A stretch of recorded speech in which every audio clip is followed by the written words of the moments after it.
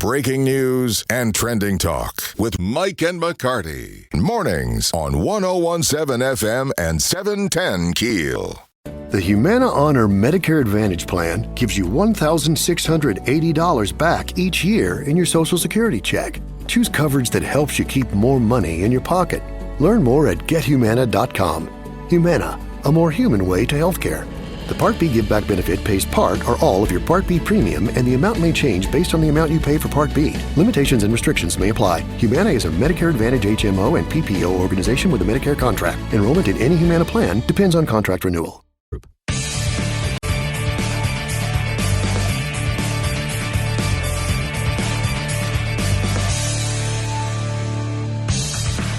101.7 FM 710 KEEL. Mike and McCarty, we have been so busy this morning, we haven't even gotten to mention that the dock workers strike, oh my gosh, miraculously over. We've got Speaker of the House Mike Johnson on the Jack Spring Electric Newsmaker hotline.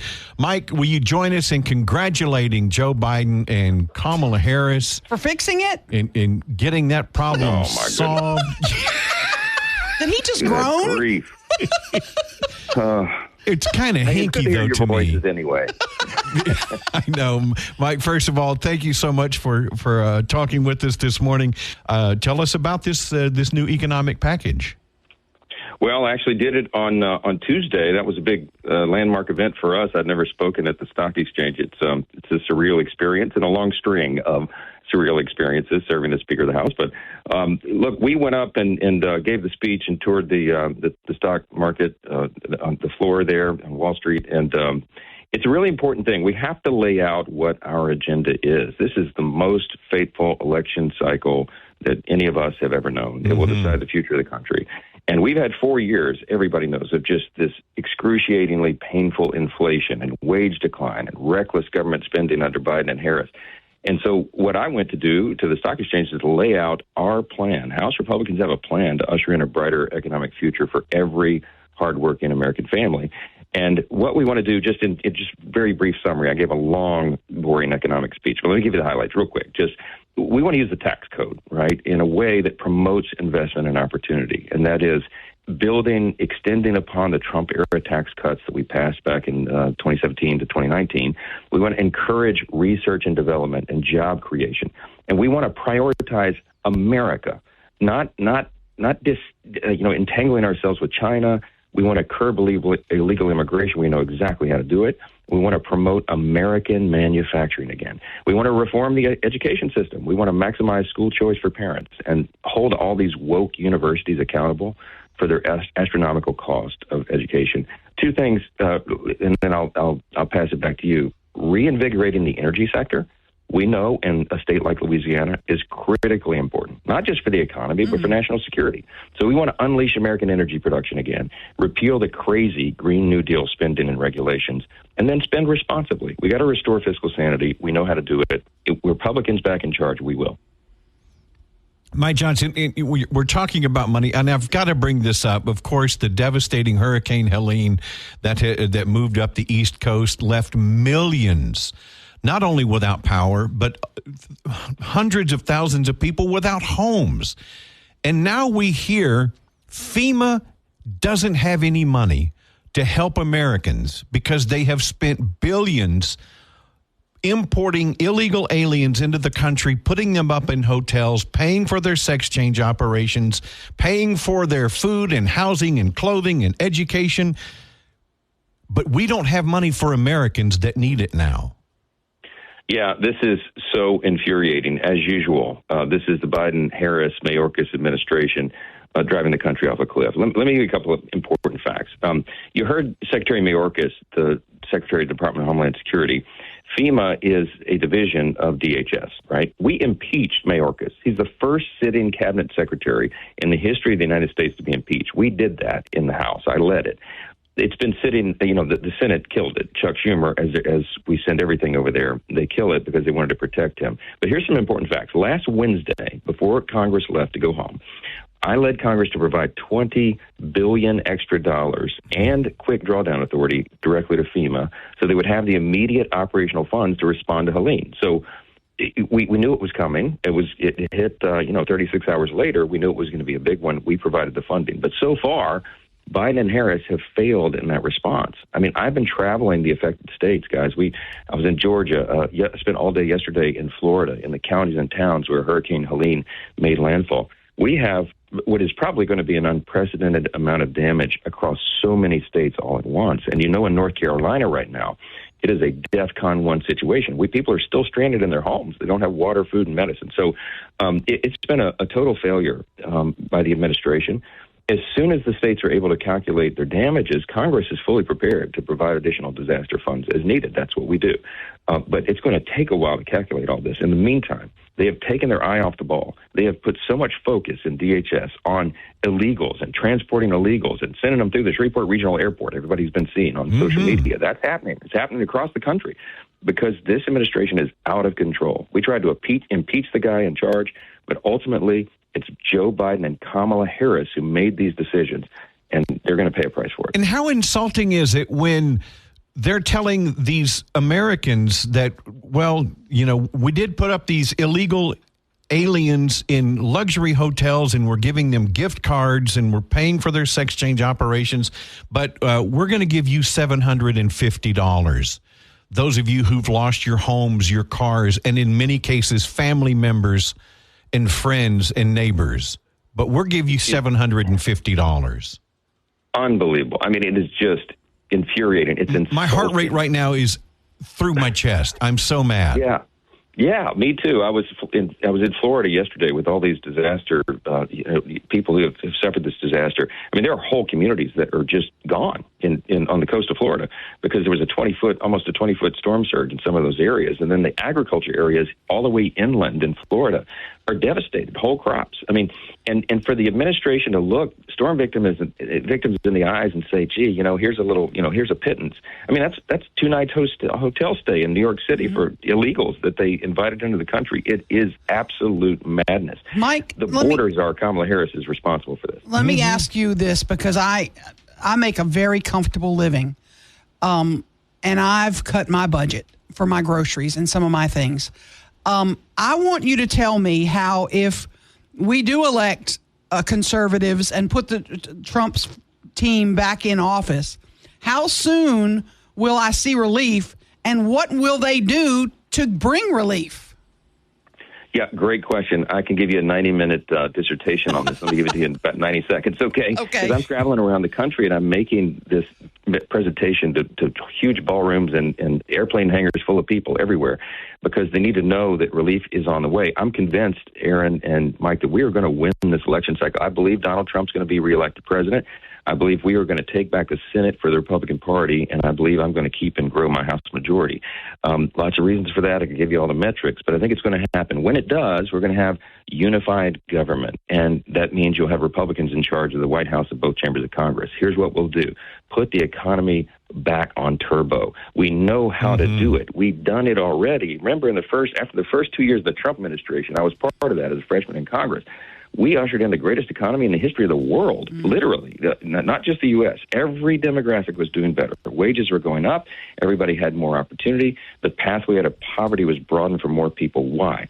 Because we cut government regulations and we cut taxes and we let people keep more of their hard-earned money, and we got the government off the backs of all these industries and large companies and small businesses as well. So they expanded and grew, and things were going great. The Biden-Harris administration, because their philosophy is different, they've done exactly the opposite. They have grown government. They have put the administrative agencies on a tear against the people that they're supposed to be assisting and helping. And they have weaponized the agencies so that they're almost crushing the people who provide the jobs, provide the increasing wages and all the rest. So there's a formula to do that, and you will see it on steroids as soon as we get the levers of power back. I think we can have relief quickly. At the center of that, just as a footnote, is the energy economy. We have got to stop this madness of declaring war on the oil and gas industry. Mm-hmm. Natural gas is the key to the future. All of our allies around the world are desperate for exports from Louisiana.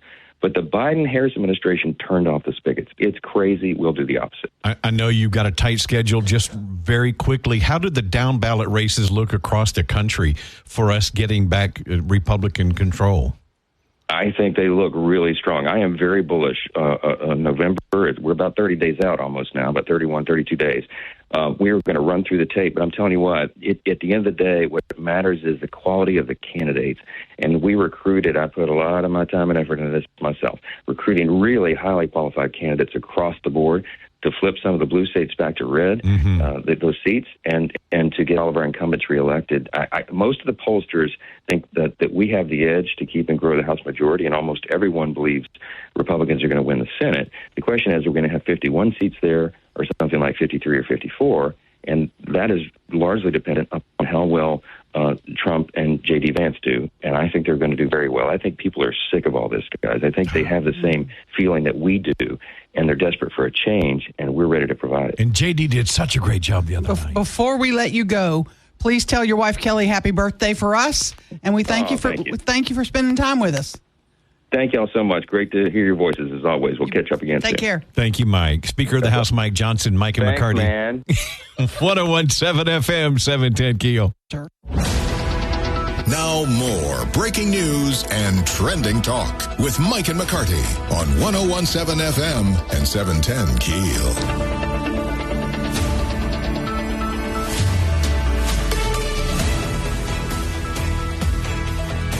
Okay, I had quite the weekend. Did you? Amazon Prime just completely made their annual fee worth it to me. Oh, okay.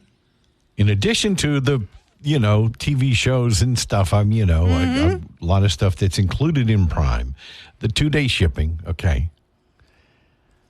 Every single James Bond film is now included. Wow. With Prime. I started with Dr. No. Numero uno. 1961. Wow. I am up to Goldfinger. I'm watching them in order. Now, how many are there total? There's like 24 or something. Oh, my gosh. Yeah. Don't quote me. Now, was Sean Connery the number one Bond, the first one? Absolutely. He's the number one. And okay. Yeah. I'd say the only Bond. But wasn't there a no-name Bond early on? George Lazenby did one film. Okay. And he never came back. But he actually did a fine job. And a lot of reviews will say, he wasn't bad. He didn't do a bad job. Right. How many Bonds have there been? How many characters? Sean, George, Roger Moore, George Lazenby. Oh, you said that, George. Who was the most recent ones? What's his name? Ruben, what's his name? I've lost his name. I know. There was Pierce Brosnan. Pierce Brosnan. Pierce. And then was Daniel. What's that? Daniel Craig. Yeah, Daniel Craig. Daniel Craig. There's another one in there somewhere too. I'm not sure. Roger Moore. Did I say that? Yeah, Roger Moore is my favorite. I hate to say that. I mean, I love Sean Connery, but Sean Connery, for me, the things he's done in his personal life, bad taste in my mouth. Bad taste. Don't tell me that. It's horrible. I don't want to. Oh, come on. It's horrible. Yeah, go look it up. I mean, it is. He's been bad to women. I'll just put it that way. Let's just put it that way. Bad. Go look it up. Okay. Roger Moore I love, and I'm, gosh, 1961 was the first movie? 61 was the first one, Dr. No. Wow. Anyway, that was a lot of my weekends. Yeah, that was my weekend. Did you get down to the Revel again? We did go one more time. Okay. Yeah, we did end up going Friday night, maybe? Yeah, Friday night. Good crowd? Yeah, good crowd. Congratulations to the Revel. What a great year. They've had I don't think there was a drop of rain the entire run. No, they had a great weather weekend. And I hope they saw last weekend, the opening weekend, Friday, it was Saturday night. Mm-hmm. When you bring in actual name acts, Spend the money, yeah.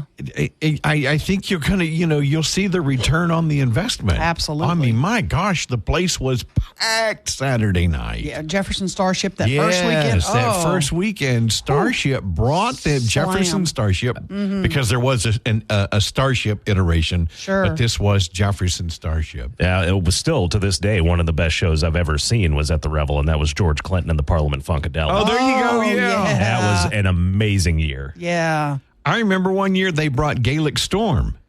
Oh, yeah, that's right. It was the band down in Steerage and the film Titanic. Oh, man. They were the band, and wow, fantastic. And I've got all their CDs. Ooh, I mean, yeah. just yeah. Mm-hmm. Golly, No, I did. You're going to have to be in charge. Both of y'all are in charge today. Because do you know what time the Dallas Cowboys game ended last night? Oh my gosh, yeah, late. Right before 1 a.m. Our time. Yeah, Our time. 1 a.m. Yeah. Late start, and I wanted to watch it. It was an exciting ending. So I'm about to fall asleep any minute now. Did you watch it? You stayed up? I did. Aaron. I did. Now, I'd had a good nap because I knew it was going to go late. Yeah. But I had to see the ending. Shreveport Bossier's Economic Outlook. Dr. Lauren Scott was in town. We're going to talk to him here coming up at just after 7. Also coming up at 6:40, Richard Llewellyn. We're going to talk about the storm headed for Florida. Another hurricane. Good night. Mike and McCarty, 101.7 FM, 710keel.com. Okay, how weird does it feel to be called someone's fiance? The first time you hear it, you do a double take. Your heart kind of flutters, and before you know it, you go from let's just enjoy the moment to we're planning a fall wedding. That's where Zola comes in. Zola has everything you need to plan your wedding in one place and have fun along the way. From free planning tools like a budget tracker and website to a venue and vendor discovery tool that matches you with your dream team. Everything on Zola is designed to make your wedding journey as easy as possible. And with invites that can be completely customized and a wedding registry packed with gifts you actually want. Zola takes you from save our date to thanks so much without breaking a sweat. From getting engaged to getting married, Zola has everything you need to plan your wedding in one place. Start planning at Zola.com. That's ZOLA.com. Stories of the day with Mike and McCarty on 101.7 FM and 710 KEEL.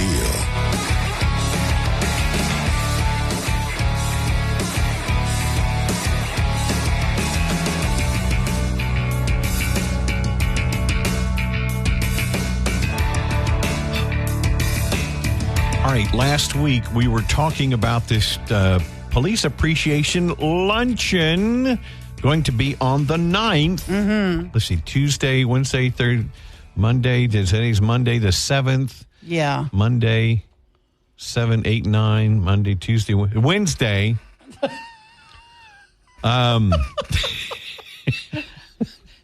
Northwood, thank you. Shush. They did have a little kerfuffle with their website. I think we crashed their website. I think we did, is what we did. Because Chief Smith did issue the challenge. But you said that website is back up and ginning again. Yeah, I'm going to buy ours right now. Okay, so tickets are $10, and we wanted to support our Shreveport and the local area law enforcement. Hi, Mike, getting your wallet. There you go. It's up and running. Yeah. So it is back up. If you want to support the Shreveport police officers and local law enforcement, because it's not just SPD, the luncheon is going to be October 9th, and it'll be at police headquarters. Obviously, you don't need to go. You can just go to the website, cscrimestoppers.org, and click that Burgers for the Badge link, and it'll take you to the link where you can buy tickets. Right, exactly. You can buy one or two if you want. They're $10. We've issued a challenge for 10, and if we got 10 people to jump in, which immediately we did. Right, exactly. People stepped up and purchased 10. So Aaron and I said we would buy 10, and that's what Aaron is doing right now. I'm doing that right now. Look at you. So I'm going to have to Venmo you some money. Yeah, you're going to have to send me some money. Because you wouldn't give me your black card. I don't know why. Yeah. I don't understand that. It's a Walgreens card I spray painted black. Okay. But go to cscrimestoppers.org. It is not sold out if you had an issue last Friday. And click on that Burgers for the Badge, and let's support our Shreveport police officers and local area law enforcement officers with a burger. My gosh. I'm a little worried. $10. It says they're going to ship me the tickets. Do I? I don't know. Don't throw another stick in the spokes here. Okay, I'm just going to let them ship it to me, whatever they got to do. Yeah, whatever. Okay, let's put my email in. Richard Llewellyn with the Weather Channel going to join us right after the break, talking about another hurricane poised to strike Florida. We'll talk with him next. 1017 FM, 710keel.com. Back with more of Mike and McCarty on 1017 FM and 710 Keel. Hurricane Milton has now intensified into a Cat 3 hurricane. It's in the Gulf. Projected paths, directly over Florida. Richard Llewellyn with the Weather Channel on the Jack Spring Electric Newsmaker Hotline. Richard, this is it's down in the crook of Mexico, in the Gulf of Mexico, but this does not look like good news for Florida at all.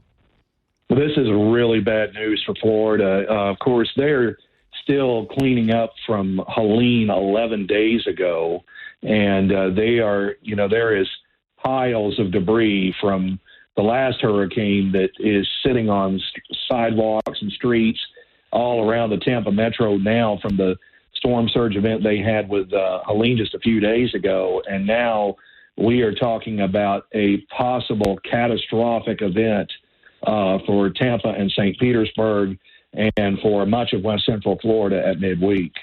Looks like all the way from the top of Florida all the way down, almost the entire state, Richard, looks like it's going to feel the brunt of what's turning into a pretty powerful storm.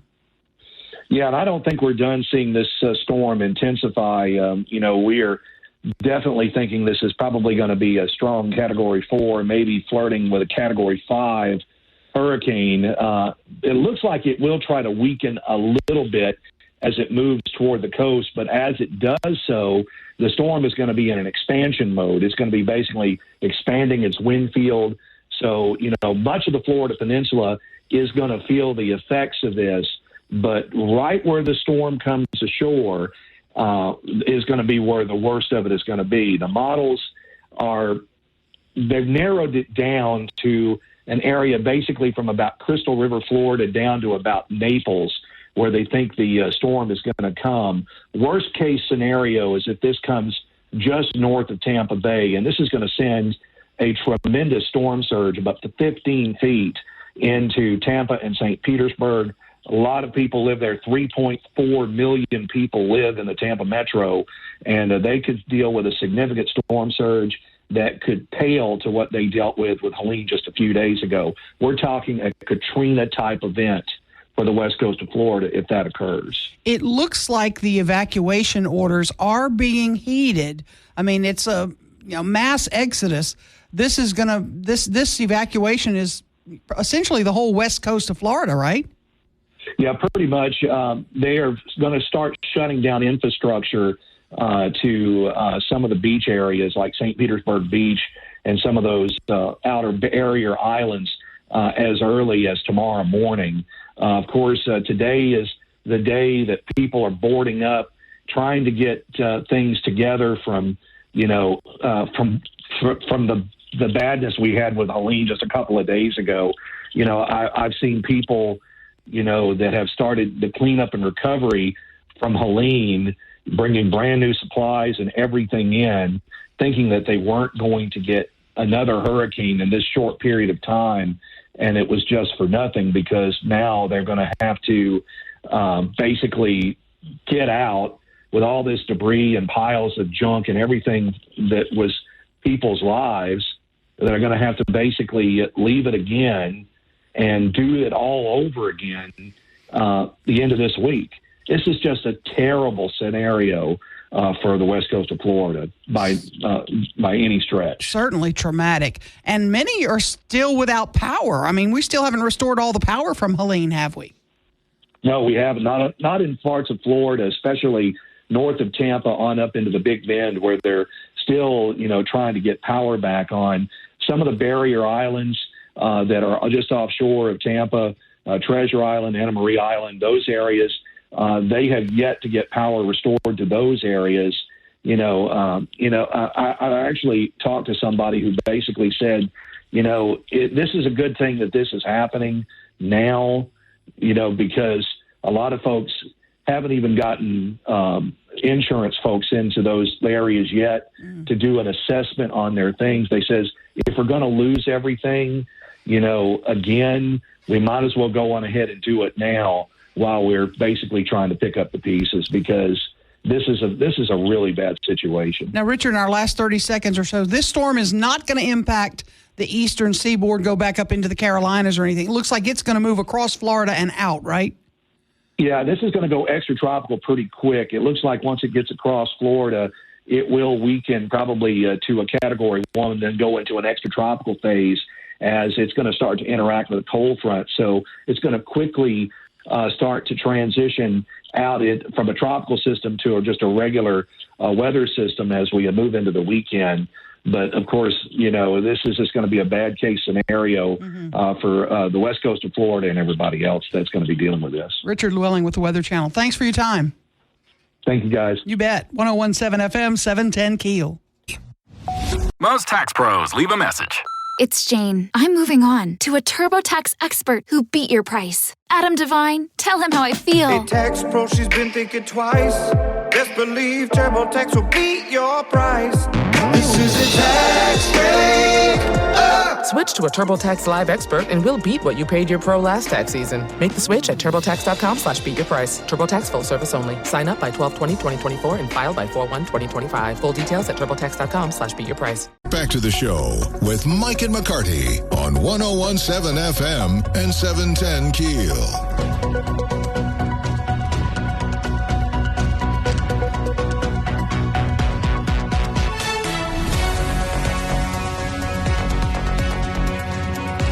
I can't believe you stayed up till 1 o'clock in the morning and then you're here this morning. Well, I went right back to sleep and I slept late, into the evening because I knew the game was going to be late. And then when I saw it was a late start, I was like, I'm going back to sleep. I'll wake up and watch it. And that's what I did. And what a great ending for Cowboys fans. I mean, How many interceptions did Prescott throw? I just saw two so far on highlights. It was a tough game. It wasn't his best game. There's no doubt about it. But it was an exciting finish. That's for sure. Yeah. And I like the Cowboys unless it's Saints is my number one team, but I like the Cowboys too. I'm really just mystified by all the college upsets. I mean, did you see Vanderbilt? Vandy. Did you see him carrying the goalposts down the middle of the street in Nashville? I think they got fined $100,000 for that, but they don't care. They're fine with that. They knocked off a number one for the first time in school history. Mm-hmm. Arkansas beat number 4 Tennessee. Yes. A huge win for the Arkansas program. I mean, it was a crazy, crazy weekend in college football. I'm kind of glad we were off. Yeah, but we have 2 byes? That's not common, is it? Because we always have a bye week before we play Alabama. Yeah. Maybe we do. But Maybe we had the season's a bye, longer. so we had 2 bye weeks. I'm not sure. Another big one was A&M beating number 9 Missouri. The SEC was crazy this weekend. I'm glad we were off. Otherwise, who knows? Yeah, no kidding. Now, do we play Ole Miss next? Ole Miss coming up this Saturday. Ole Miss had a good game beating South Carolina 27-3, so they're kind of on fire. I'm just to see Alabama Alabama's on a roller coaster, though. I mean, it's up. The Georgia game, it was a different team. Yeah. The Alabama team showed up to play Georgia, and it was a different team. And they've got the bad playing down to your opponent syndrome. I think you might be right.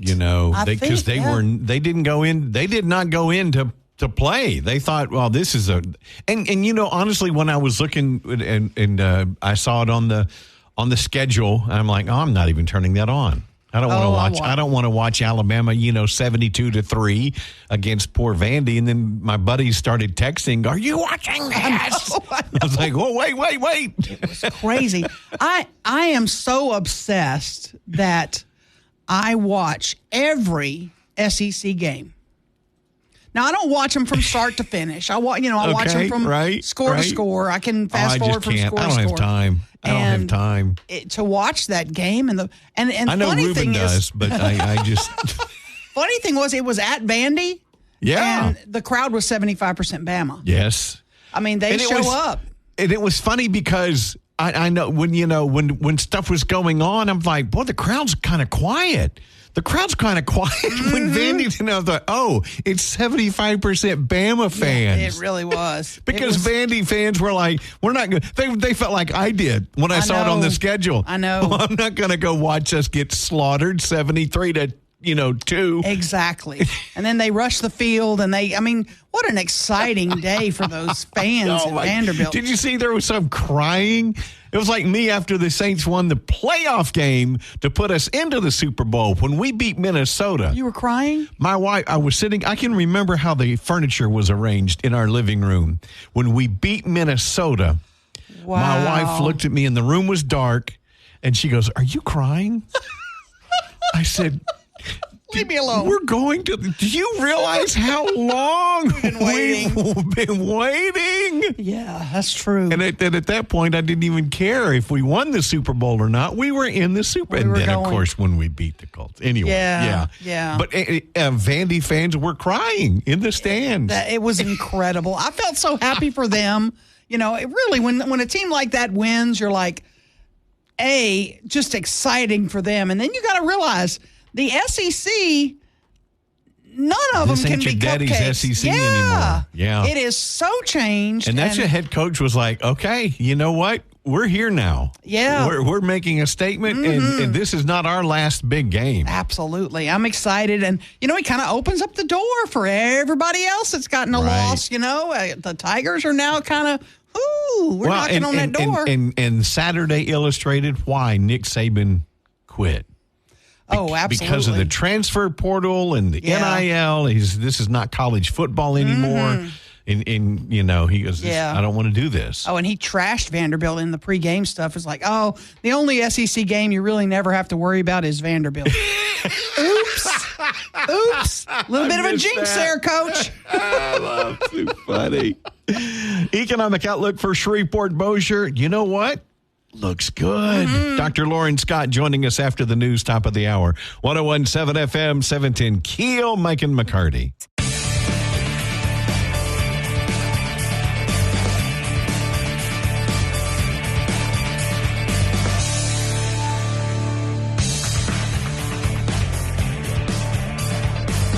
Economic outlook for Northwest Louisiana. Shreveport, Bossier looking good, according to Dr. Lauren Scott. Lauren Scott and Associates joining us on the Jack Spring Electric Newsmaker Hotline. Dr. Scott, first of all, good morning, sir. Well, how y'all are? We are good. We are doing well. Hopefully not as well as we're going to be doing. 5,000 new jobs coming up within the next 2 years. Tell us, you gave a report late last week at the port to local business owners. Summarize what some highlights of your report. Well, first of all, there's no net red numbers. I was telling the people we really don't have any bad signs out there, which is really good for your area. But there's just a lot of good things going on. As a matter of fact, I'm going to be very surprised if my forecast doesn't turn out to be too pessimistic. There are, for example, the Haynesville Shale, I think, is poised for a big increase coming up. There are a number of LNG export facilities down on the coast that are under construction and will be demanding natural gas. And your natural gas is the closest and, as it turns out, the cheapest for them to get. And so I think the Haynesville is poised for a nice boom. You have some really good things going on at the port. There's a big $100 million facility called Heirloom that's going to take carbon directly out of the air and embed it in limestone that will go into our highways. And that's just the first phase. I think the second phase scheduled for 2026 is $550 million. Those are two really large projects for you. And the list just kind of keeps going on. You have, your Amazon fulfillment center is beginning to open up, and it'll go from about 200 people to about 1,300 people. That's a huge number of jobs there for you. Over in Bossier Parish, there's an interesting new facility coming in called Trouble Muse. It is an animation movie theater, production facility. Production facility, and it's gonna add about 800 jobs to the area.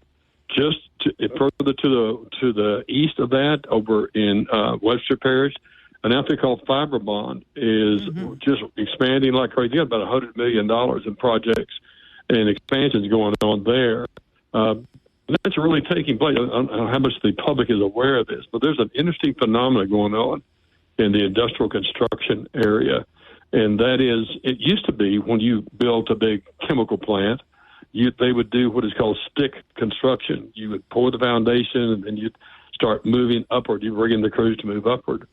Now what they're doing is while they are pouring the foundation, at some other site, in your case, Fiberbond in northwest Louisiana, they are building components, what we call modular components. And what they'll do is they'll bring them down and just tinker-toy them together at the site. And this new technique is creating a lot of business, for example, for that firm and for places all over the state that are building these component parts that'll be shipped down to the place and then tinker-toy together. It saves about 30% or so on the cost of construction. So there's a lot of good things like that are going on. Dr. Scott, let me ask you, we've had a out-migration of people. It's been going on for 10 years or better. Do you think we might be poised to see that turn around?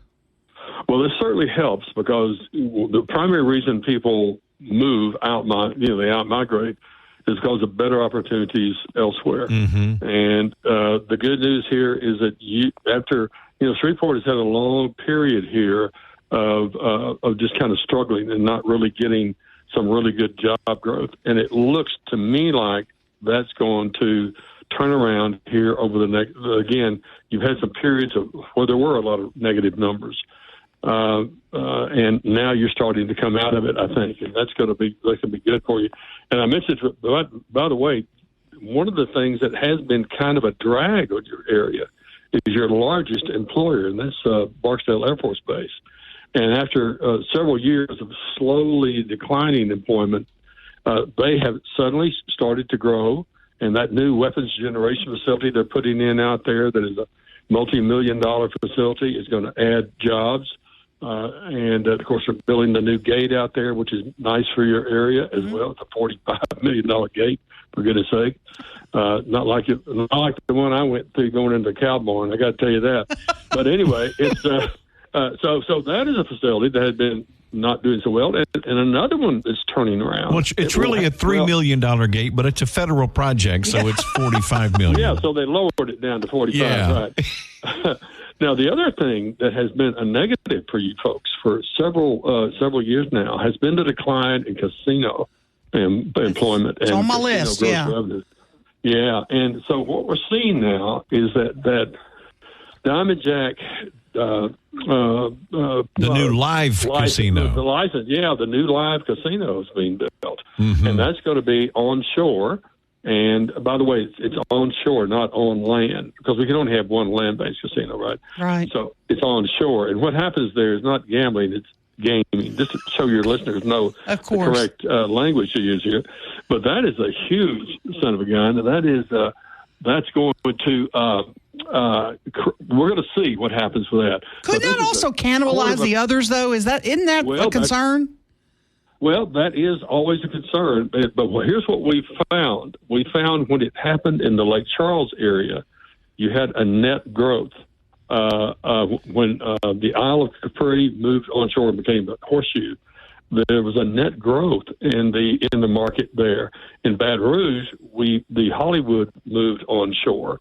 And not only did the Hollywood's gross revenues increase 67%, but part of that was at the expense of the other two casinos. But on the net, the area grew. Is that kind of like the auto mall concept where a car dealer will, they'll mushroom and they all benefit because they're all in the similar location?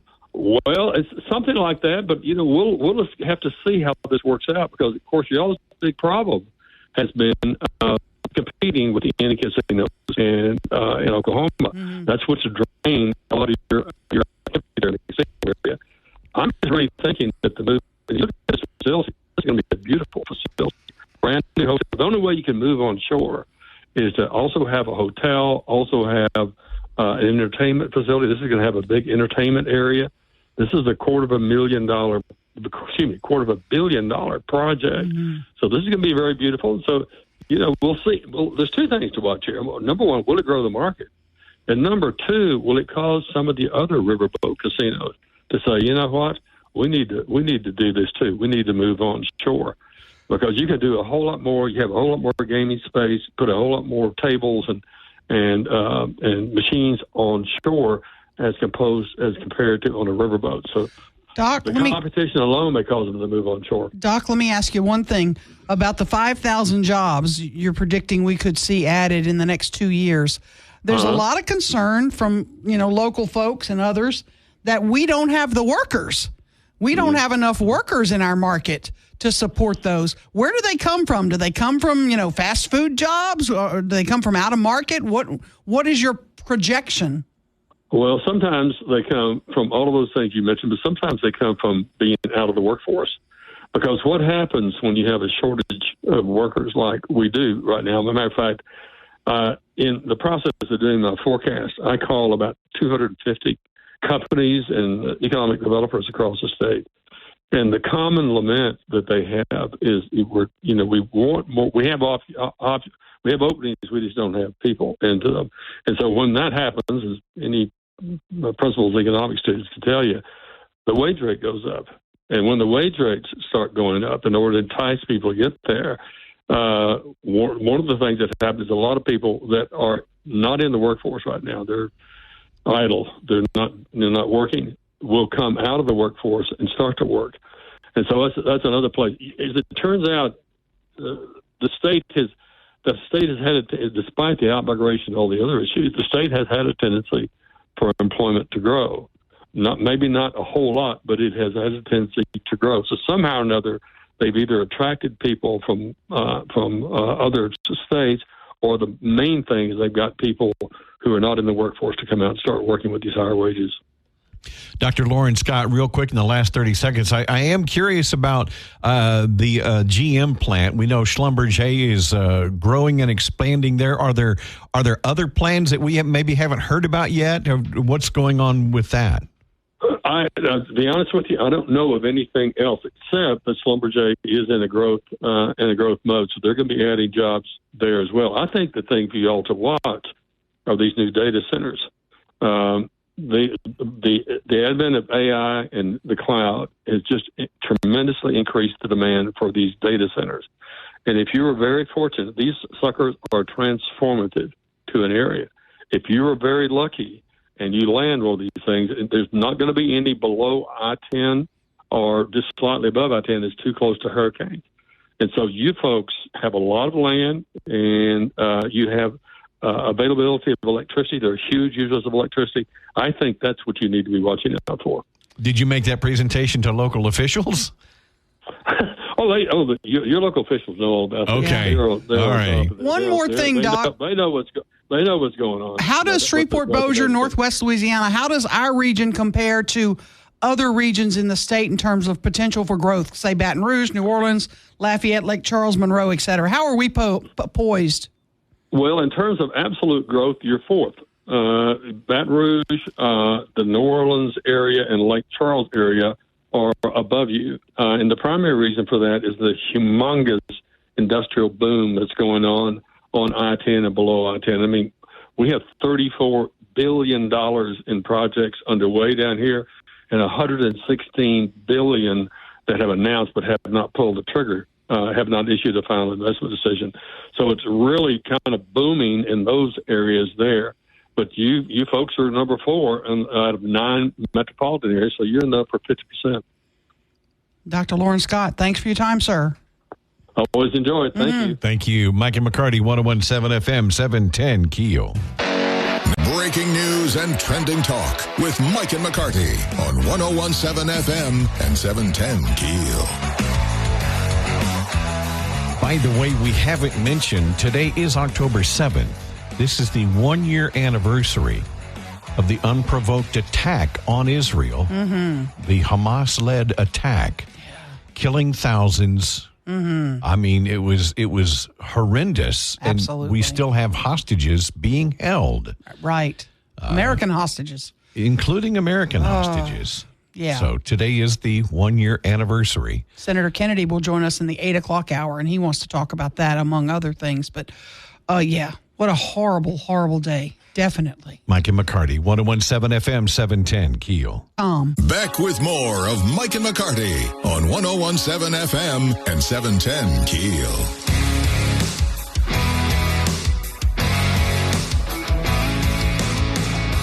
Wait, what were you were asking me about red beans and rice? Yeah, if you fall temps have arrived, and I often ask sort people. of. Yeah, kind of. Your favorite fall foods in Louisiana. Number one's pretty easy to guess. Corn dogs. No, it's not it. It's gumbo. State fair food, baby. Gumbo is number one. Gumbo, yes. Second on the list is a soup. Just a regular old, give me a nice bowl of veggie soup or whatever. Very nice. And then third is red beans and rice. Oh, yeah. Which is yummy. Yummy. And KEELnews.com, our favorite red beans and rice locations in Shreveport, Bossier. Let us know if we missed one on our Facebook page. You can see that. I'm going to go try one today. I've never tried it at a local restaurant. Walk-ons? Really? Walk-ons say has a good one. I don't know. I would not think red beans and rice. I would not think walk-ons. I'm going to have to try it. Yeah. I'm going to go try them all. My grandmother and my mom used to put a big ham bone in it. Ooh, yeah. And yeah. man. My mom does that. And if it still had meat on it, it would just drizzle on. Heck yeah. Oh, man. The last time I got a red beans and rice from anywhere, it was very, very good, and it was the Super Save Deli on Flournoy Lucas. It's the gas station. Oh, wow. Yeah. Well, I'm going to roll by there, too. Yeah. I'm going to get them all. They have it on Tuesday. Tomorrow they'll have it. Okay, I'm headed there tomorrow. Yum. I'll meet you there. Orlando. Okay, it's an interesting list. It is. Some good stuff. Taxes going down in Louisiana, or are we replacing them with some other tax? That's what it looks like. We're going to talk with Daniel Erspamer from the Pelican Institute right after the break. Stay with us, Mike and McCarty. 101.7 FM, 710KEEL.com. Let's get back to the show with Mike and McCarty on 101.7 FM and 710 KEEL.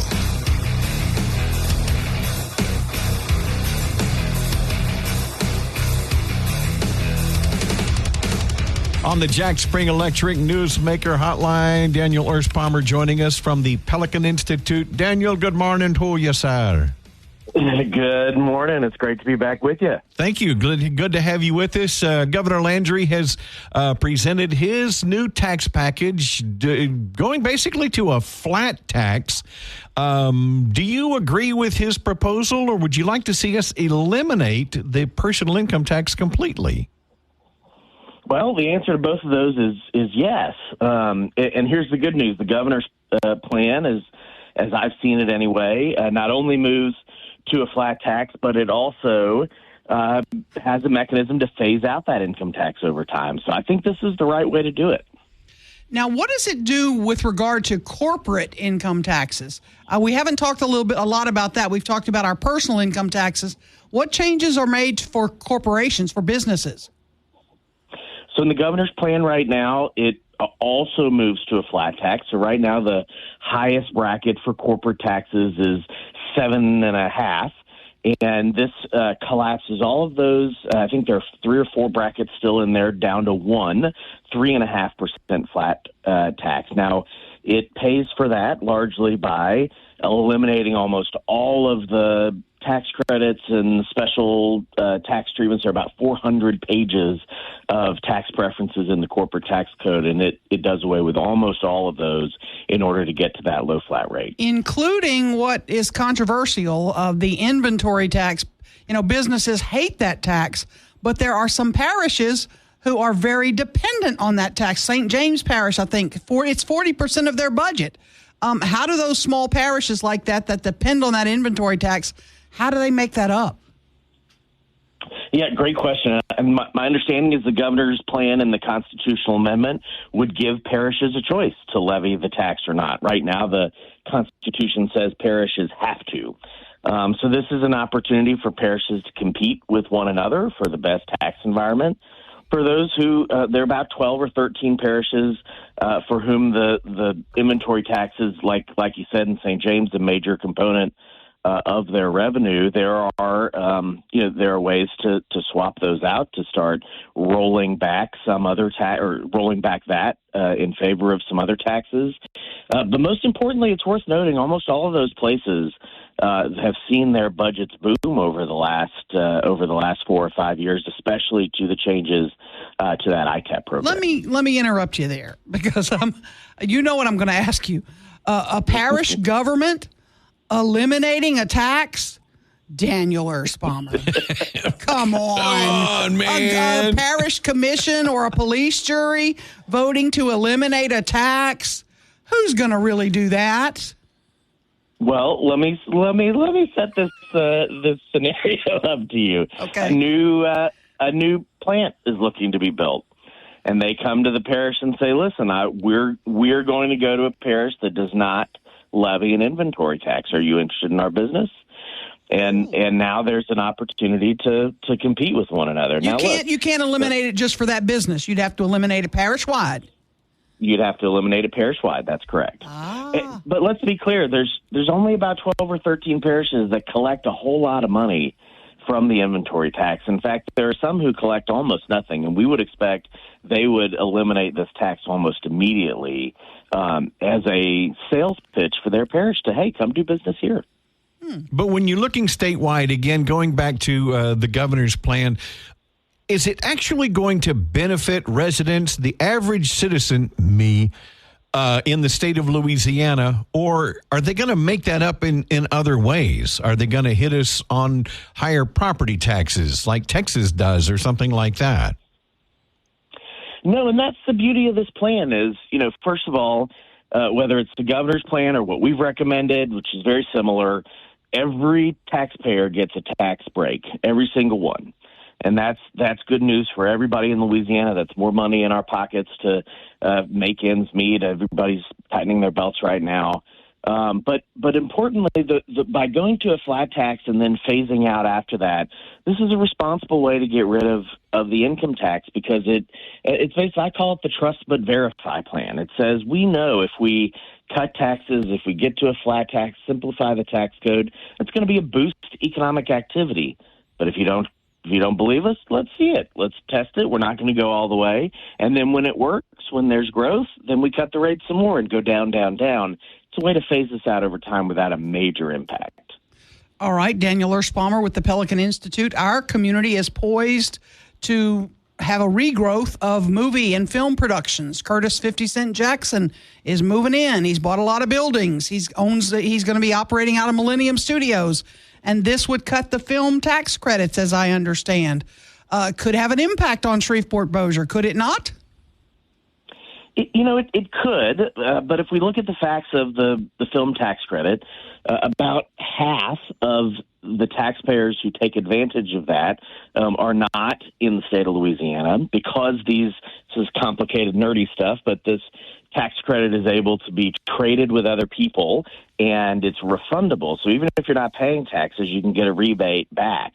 So this is a tax that's largely subsidizing companies in California and other places that don't actually do business here in Louisiana or pay taxes here in Louisiana. So it certainly has had an impact on the film and TV industry, I suspect. Now that I heard one lawmaker tell me the other day, look, we've invested in building this industry. If it can't stand on its own at this point, was it ever really something sustainable to begin with? So I think these are all things that are going to have to be worked out. These things get phased out over time. Some of those credits already have contracts in place. Those aren't going away. What it says is any new engagement in those credits would be set aside. Okay, lawmakers are going to meet in special session, I believe, in November to hash all this out. Do you think the governor has support for his plan, or is it going to be close? Look, I think it's going to be close. The status quo special interests in that building want nothing to change. They benefit from this complexity. But I've heard a lot of enthusiasm from lawmakers. I think it's going to be a big effort. It's good for your listeners and everybody else to pay attention, because this could come down to the constituents versus special interests. We need to make sure constituents and taxpayers win. Daniel Ersh-Palmer with the Pelican Institute. Thank you for your time this morning. Anytime. Look forward to talking again soon. Thanks. Thank you. You too. Senator John Kennedy going to be joining us coming up next hour. Mike and McCarty, 101.7 FM, 710 KEEL. Yes. At Humana, our Medicare Advantage plans give you coverage and care you can count on, along with guided support to help you feel your best. You could have a plan with a $0 premium or an all-in-one plan that may include medical and prescription coverage, as well as routine dental, vision, and hearing. Learn more at gethumana.com. Humana, a more human way to healthcare. Humana is a Medicare Advantage HMO and PPO organization with a Medicare contract. Enrollment in any Humana plan depends on contract renewal. Oh, more breaking news and trending talk with Mike and McCarty on 101.7 FM and 710 KEEL.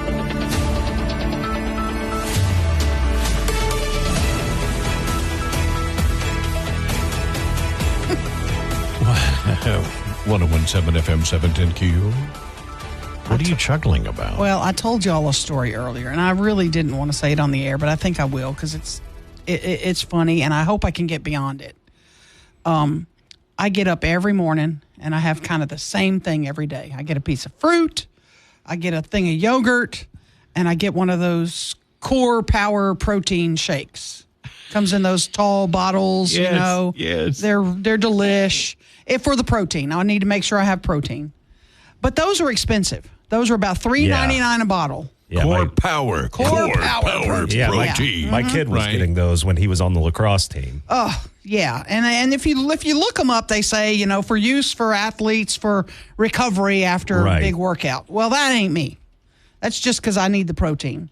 So my DA self decided to go look up, you know, what are other protein drinks I could use that are not as expensive. There are plenty of options, yeah. Yeah.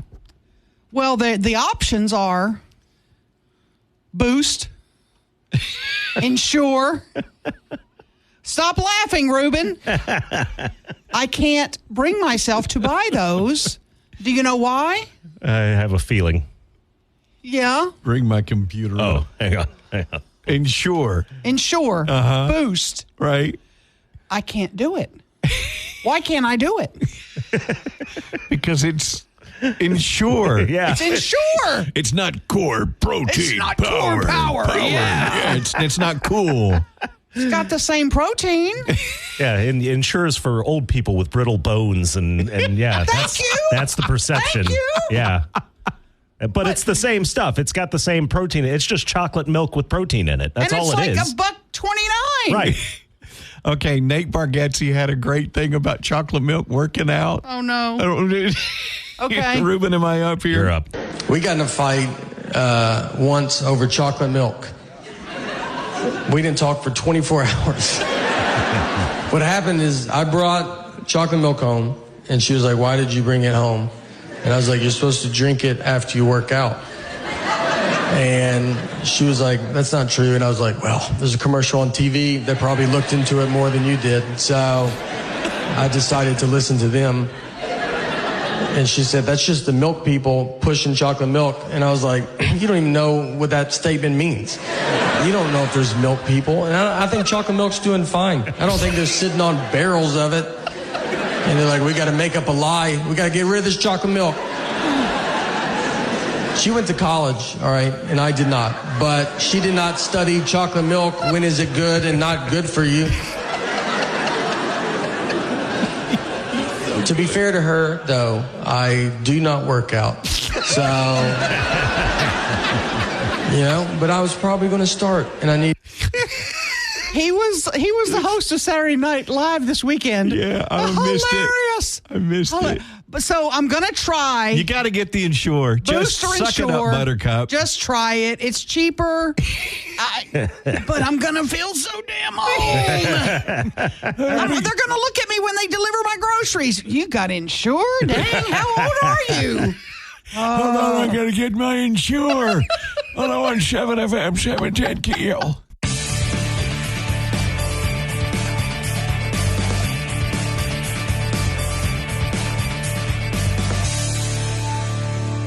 Hurricane Milton has now intensified into a Cat 3 hurricane. It's in the Gulf.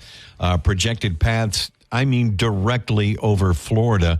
Richard Llewellyn with the Weather Channel on the Jack Spring Electric Newsmaker Hotline. Richard, this is it's down in the crook of Mexico, in the Gulf of Mexico, but this does not look like good news for Florida at all. Of course, they're still cleaning up from Helene 11 days ago, and they are, there is piles of debris from the last hurricane that is sitting on sidewalks and streets all around the Tampa metro now from the storm surge event they had with Helene just a few days ago. And now we are talking about a possible catastrophic event for Tampa and St. Petersburg and for much of West Central Florida at midweek.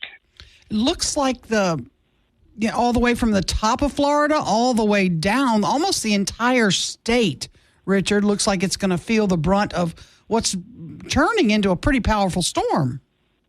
Yeah, and I don't think we're done seeing this storm intensify. We are definitely thinking this is probably going to be a strong Category 4, maybe flirting with a Category 5 hurricane. It looks like it will try to weaken a little bit as it moves toward the coast, but as it does so, the storm is going to be in an expansion mode. It's going to be basically expanding its wind field. So, much of the Florida Peninsula is going to feel the effects of this, but right where the storm comes ashore is going to be where the worst of it is going to be. The models they've narrowed it down to an area basically from about Crystal River, Florida, down to about Naples, where they think the storm is going to come. Worst case scenario is if this comes just north of Tampa Bay, and this is going to send a tremendous storm surge of up to 15 feet into Tampa and St. Petersburg. A lot of people live there. 3.4 million people live in the Tampa metro, and they could deal with a significant storm surge that could pale to what they dealt with Helene just a few days ago. We're talking a Katrina-type event for the west coast of Florida if that occurs. It looks like the evacuation orders are being heeded. It's a mass exodus. This evacuation is essentially the whole west coast of Florida, right? Yeah, pretty much. They are going to start shutting down infrastructure to some of the beach areas like St. Petersburg Beach and some of those outer barrier islands as early as tomorrow morning. Of course, today is the day that people are boarding up, trying to get things together from the badness we had with Helene just a couple of days ago. I've seen people, that have started the cleanup and recovery from Helene, bringing brand new supplies and everything in, thinking that they weren't going to get another hurricane in this short period of time. And it was just for nothing, because now they're going to have to basically get out with all this debris and piles of junk and everything that was people's lives. They're going to have to basically leave it again and do it all over again the end of this week. This is just a terrible scenario for the west coast of Florida by any stretch. Certainly traumatic. And many are still without power. We still haven't restored all the power from Helene, have we? No, we haven't. Not in parts of Florida, especially north of Tampa on up into the Big Bend, where they're still, trying to get power back on.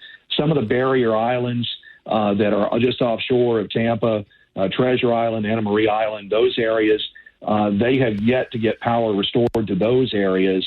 I actually talked to somebody who basically said, this is a good thing that this is happening now, because a lot of folks haven't even gotten insurance folks into those areas yet to do an assessment on their things. They says, if we're going to lose everything, again, we might as well go on ahead and do it now while we're basically trying to pick up the pieces, because this is a really bad situation. Now, Richard, in our last 30 seconds or so, this storm is not going to impact the eastern seaboard, go back up into the Carolinas or anything. It looks like it's going to move across Florida and out, right?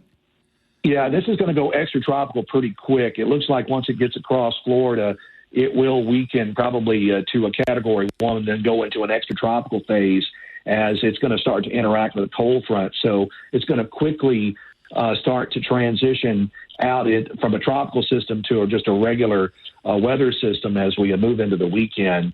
But, of course, this is just going to be a bad case scenario for the west coast of Florida and everybody else that's going to be dealing with this. Richard Llewellyn with the Weather Channel. Thanks for your time. Thank you, guys. You bet. 101.7 FM, 710 KEEL. Back to the big stories of the day with Mike and McCarty on 101.7 FM and 710 KEEL.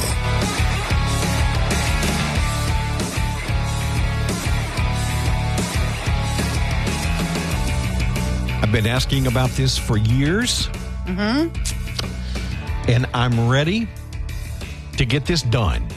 Okay. I meant to ask Mike Johnson when he was on the phone, but we had a couple other things to talk to him about. I'm tired of changing the clocks. Me too. I'm tired of it. Just leave them alone. Pick one. Yeah. And at this point, I don't even care. Just pick one. I'm kind of like you. Pick one. I'd rather have daylight in the evening. Right. But well, yeah, daylight. If you're going to let me be the queen and pick one, that's what I would want. But I'm like you. Just and I think that's the consensus. Go to daylight saving time. There's no S, by the way. Daylight saving time. Yep. And then just stay with it. Right. But then kids have to go to school in the dark, Mike, and it's dark when they get on the school buses, and that's the argument. It's called natural selection. Mike! What? Did you just advocate the death of children? I did not. I absolutely did not. But come on. Maybe you want to edit that part out, Ruben. Spring forward, fall back. Yeah, and I get all confused. I don't even want to go there because I don't know when I'm late or when I'm early. I have no clue. I still remember as a child, my mom taking us, to church one morning. Oh, yeah. And nobody was at church. Done that. Nobody was at church. Yep. And I'm going to tell you, that's a little scary as a child. Yeah. It hasn't happened to me in years because everything now changes on its own. So thankfully, my clocks at home change on their own. Yeah. I still have analog. I'm old school, like my watch. This is an analog watch. Okay. This is a regular. The date's wrong on it. Got to change the date on my watch. Oh man. But yeah, things do. Your computer changes. Even my alarm clock next to my bed, I plug my iPhone into the top of it, and it resets it. Okay. It sets the clock for me. And the clock, it's interesting when we went to Atlanta about a month or so ago, and you cross a time zone, going into Georgia. And I was watching my phone, and it changed automatically going over the time zone. It's incredible. But that's not the point. Yeah. It's not the point. I'm sick of it. November 3rd is when we change the clocks back. Now, are we going to observe it? We are. We have Louisiana has passed a law that says we will follow whatever the feds do. Right. And the feds haven't passed the law. I do know that only Oklahoma has enacted a legislative change. Most other states, I think Oklahoma may be one that's going to stay where they are. We'll have to double check that. But most other states follow the feds. I know Hawaii does not. Arizona. And is it Indiana?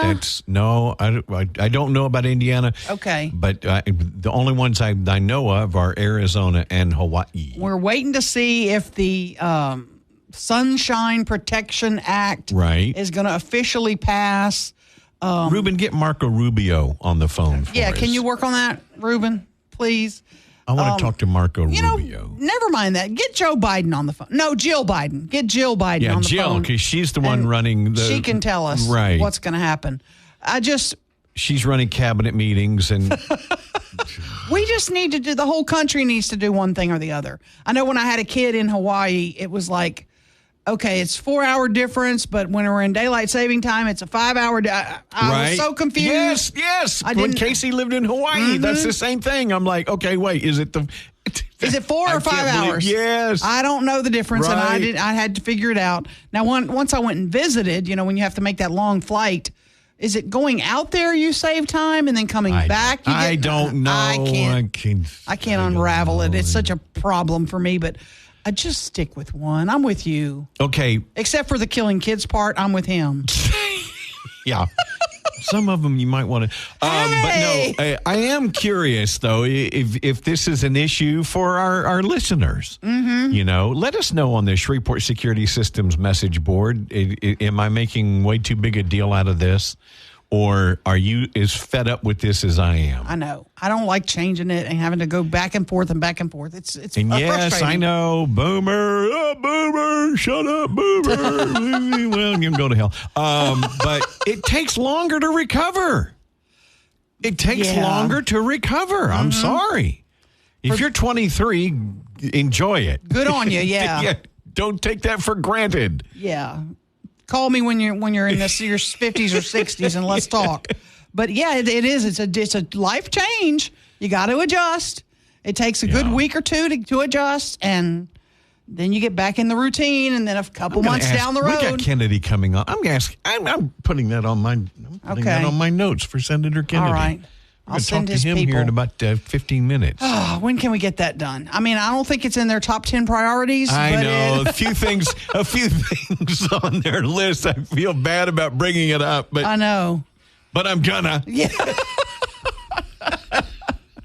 It really is frustrating. And what's the date again when we change? Next is November 3rd. November 3rd. And then we just do it a little less than a month. And then we spring forward sometime in March. Is the first Saturday in March? I don't even know.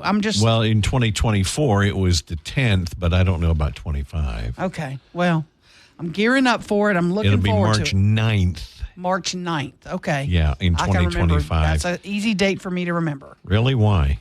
It's the birth of one of my children. Oh. Yeah. So that's easy to remember. Well, there you go. Yeah, absolutely. Time change. Yep. Birth of a son. You bet. Okay. November 3rd. Got to change the damn clocks again. Senator Kennedy will be joining us around 8:40. It is the 1-year anniversary of the Hamas-led unprovoked attack on Israel. We're going to talk to him about that and others like the time change. Micah McCarty, 101.7 FM, 710 KEEL. Most tax pros leave a message. It's Jane. I'm moving on to a TurboTax expert who beat your price. Adam Devine, tell him how I feel. Hey, tax pro, she's been thinking twice. Best believe TurboTax will beat your price. This is a tax break. Switch to a TurboTax Live expert and we'll beat what you paid your pro last tax season. Make the switch at TurboTax.com/beatyourprice. TurboTax full service only. Sign up by 12/20/2024 and file by 4/1/2025. Full details at TurboTax.com/beatyourprice. Mike and McCarty on 101.7 FM and 710 KEEL.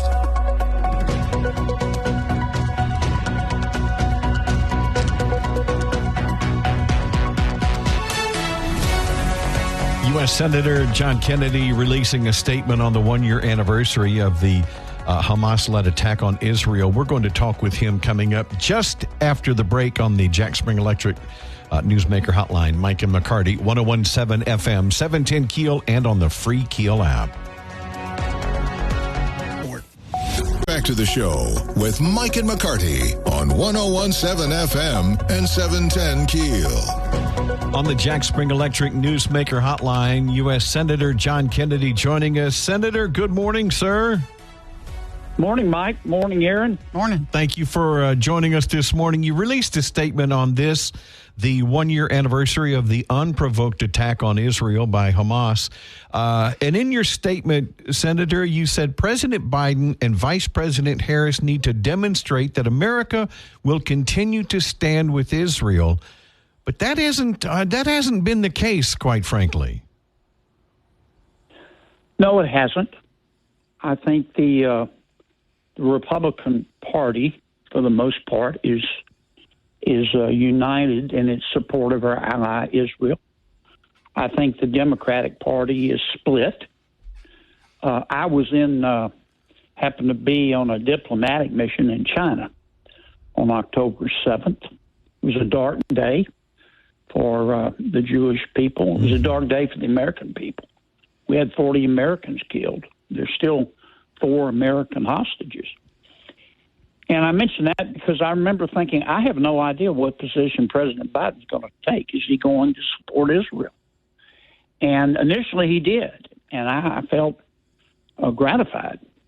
But over time, it became clear, for frankly mostly political reasons, that President Biden and the Democratic Party are split. There are a lot of members, not all, but a lot of members in the Democratic Party. I call them the Hamas wing of the Democratic Party, and they have more sympathy for Hamas and Hezbollah and Iran, it seems, than Israel and people who believe in the free exercise of religion. And I regret that. Folks don't realize that 40 Americans were killed during this attack. We still have Americans that are being held hostage. And we have not shown strength. We are not doing anything to get those hostages. It doesn't seem, maybe behind the scenes they are, but it seems like these are forgotten Americans now. The people, good question, Aaron. The people running President Biden's foreign policy, Secretary of State Blinken, National Security Advisor Sullivan, they're not wartime consiglieres. They're diplomats. We're in the middle of a bar fight with some very hard men. The Ayatollah in Iran, President Xi in China, Putin in Russia. And what President Biden's people want to do is quote Socrates. They think the answer it lies in hugs and hot cocoa. And that is not the case. Right. Weakness invites the wolves. Now, to its credit, the leadership in Israel has said, look, we're going to fight back. And the leadership has fought back. And we have only been quasi-supportive. And Israel is winning. I do have sympathy for the people killed in the war and their families. No one wants war. But I have yet to see any of the people who are prosecuting this war on the side of Iran or Hezbollah or Hamas stand up and say, here's a reasonable solution. Their solution is to wipe Israel off the face of the earth. Mm-hmm. And many of the people, not all, but many of the people in America, the Democrats who are supporting them, particularly on college campuses, have demonstrated that they believe in diversity, equity, inclusion, and the right to kill and arrest Jews. And that's not a world that we should want to live in. Mm-hmm. Senator, we spoke with Speaker of the House Mike Johnson on Friday, and he told us about his economic package that he's unveiled. Obviously, you've spoken with him, I would think. Tell us your thoughts on this economic package. Well, Mike, as usual, Mike's a deep thinker. He's put a lot of thought into this. Obviously, we have to wait until after the election. We have no idea who's going to control Congress. We have no idea who's going to be president. I know what I would like to see us happen, and I'm not going to predict the election because it's going to be really close. I would like to see us renew the portion of the 2017 tax cuts that worked. I would like to see us stop deficit spending. I would like to see us reduce the debt. I would like to see us live within our means, and I would like to see us increase defense spending. But a lot of those goals are antithetical to each other. I mean, you say, well, I say, well, we need to increase defense spending. The obvious question is, well, where's the money going to come from if you cut taxes? Mm-hmm. And this is going to require both Democrats and Republicans. I don't know if it's possible, frankly, but it's going to require us all to sit down and say, look, we're going to have to prioritize our spending and make some really, really hard decisions. Can we do that? Sure, theoretically it's possible, but it's going to depend on the leadership in Washington. Senator Kennedy, how important is this election in the grand scheme of things? It's pretty damn important. Look, I can just tell you what I see in Washington there. Here's what I see. Republicans are not perfect, but so many members, not all of them, but so many members of the other side are crazy. And I know the Vice President Harris, well. I served with her in the Senate, and I've served with her when she's been Vice President. And I've said it before, and I'll say it again.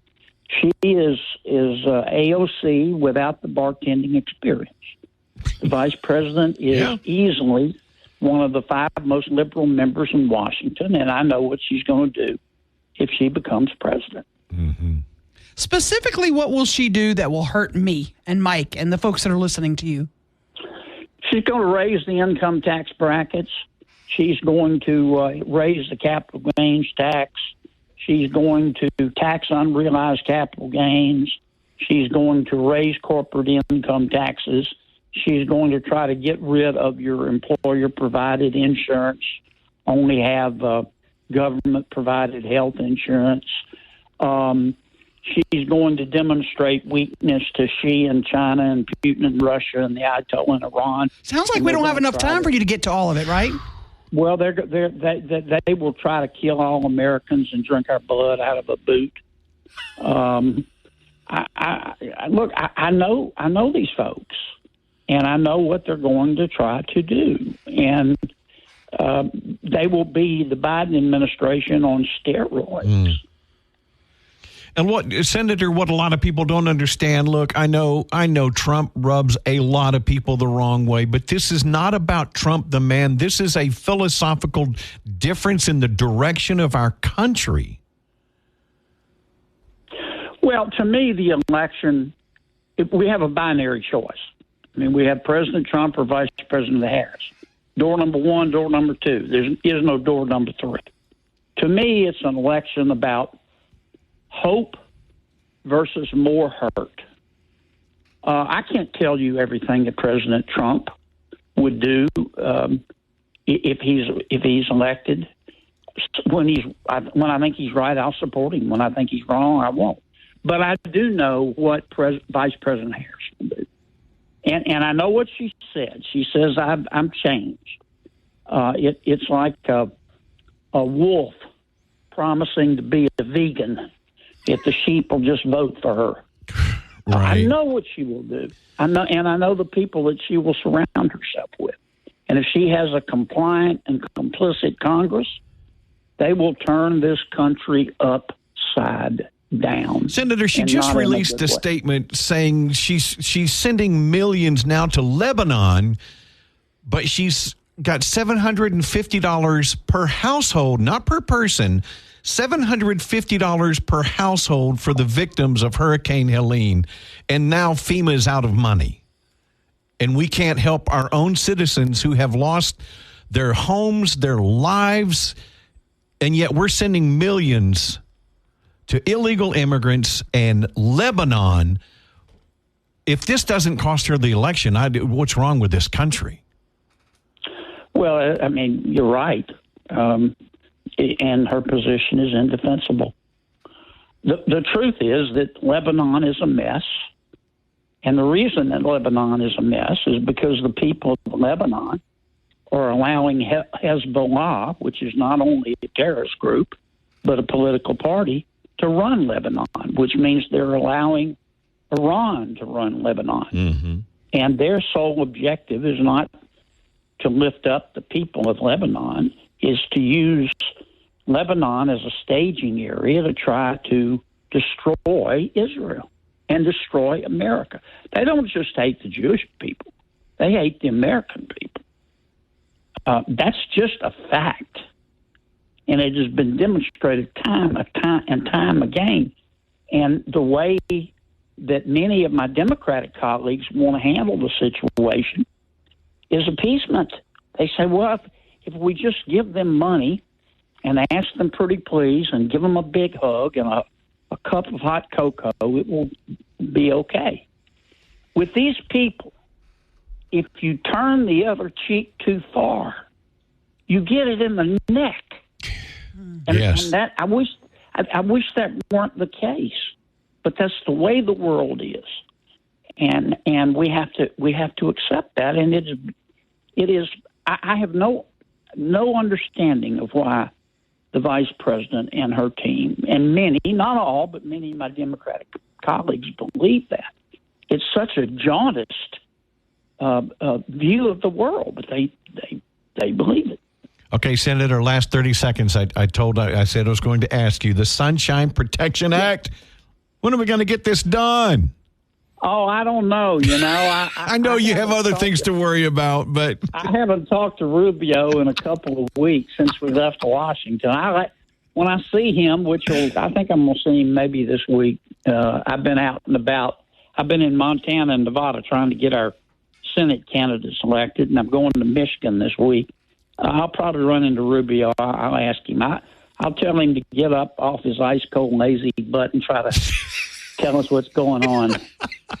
Senator Rubio's my friend. I like Rubio. Well, I do too. Thank you so much. Always a pleasure to talk with you, sir. Thank you, Aaron. Thank you. You bet. 101.7 FM, 710 KEEL, Mike and McCarty. Want to earn some quick cash? Plato's Closet in West Ashley and North Charleston is stocking up on cute and cozy fall styles. We pay you on the spot for your gently used name brand clothes and accessories. Plus, while you're here, you can stock up on must-have looks for autumn. We're the go-to sustainable shopping spot for teens and young adults. So stop by Plato's Closet in West Ashley and North Charleston today and refresh your wardrobe. Plato's Closet, located in West Ashley on Sam Rittenberg Boulevard and North Charleston on Rivers Avenue. Breaking news and trending talk with Mike and McCarty on 101.7 FM and 710 KEEL. One thing we haven't mentioned, by the way, we talked about it a little bit off during one of the breaks. I don't think, Aaron, people realize the significance of Elon Musk supporting Donald Trump. Elon Musk, first of all, he's not a conservative. No, not at all. And this emphasizes my point even more. After Roe v. Wade was revoked, Musk said, he came out and said, I'll pay for women's travel to other states if they want to go get an abortion. So he's not a conservative. No. But when Trump came back to Butler, Pennsylvania, an incredible rally, even bigger than the last one. Mm-hmm. And Elon Musk was there, literally jumping for joy. But he's also putting his money where his mouth is, committing $45 million a month to a pro-Trump super PAC. Elon Musk knows what's best for the country. He knows, he knows what's best for Elon Musk. Of course. Of course. I'm not blind to that fact. But that should tell us. What does that tell us? Because if I were to say politically where he was, I would think he would lean more toward Democrats. Absolutely. It's all about the money for Elon Musk. Seriously, think about it. Right. So what about your money? What's going to be good for business? What's going to be good to grow your money? What's going to be good for your retirement fund? Yes. I mean, you really got to think about that. Elon Musk is not, you're right, he's not a conservative. He has a lot of liberal ideas. But this is about dollars and cents for Elon Musk. And a lot of us should think about that. What is going to be best? Mm-hmm. And he's putting his money and his efforts into supporting Trump. Yeah. That says a lot. It really does. And Again, it's not about the man. It's about the philosophy. go research it. Don't just listen to us. Go look up why he supports him. Yes. Go figure out what are the policies that are going to be hurtful or harmful to people like Elon Musk. And I know a lot of people listening going, I don't care if it hurts Elon Musk. He's a billionaire. Of course he's all about his own money. He's watching what's going to happen to all of our money, though. I mean, he's really concerned. So go look it up and follow the money. That's where it's going to end. Mike and McCarty, 101.7 FM, Fox News next. And then who's coming up? Yeah, what's his name? Moon Griffon. Yeah, Moon Griffon. 710. Most tax pros leave a message. It's Jane. I'm moving on to a TurboTax expert who beat your price. Adam Devine, tell him how I feel. Hey, tax pro, she's been thinking twice. Best believe TurboTax will beat your price. This is a tax break. Switch to a TurboTax Live expert and we'll beat what you paid your pro last tax season. Make the switch at TurboTax.com/beatyourprice. TurboTax full service only. Sign up by 12/20/2024 and file by 4/1/2025. Full details at TurboTax.com/beatyourprice.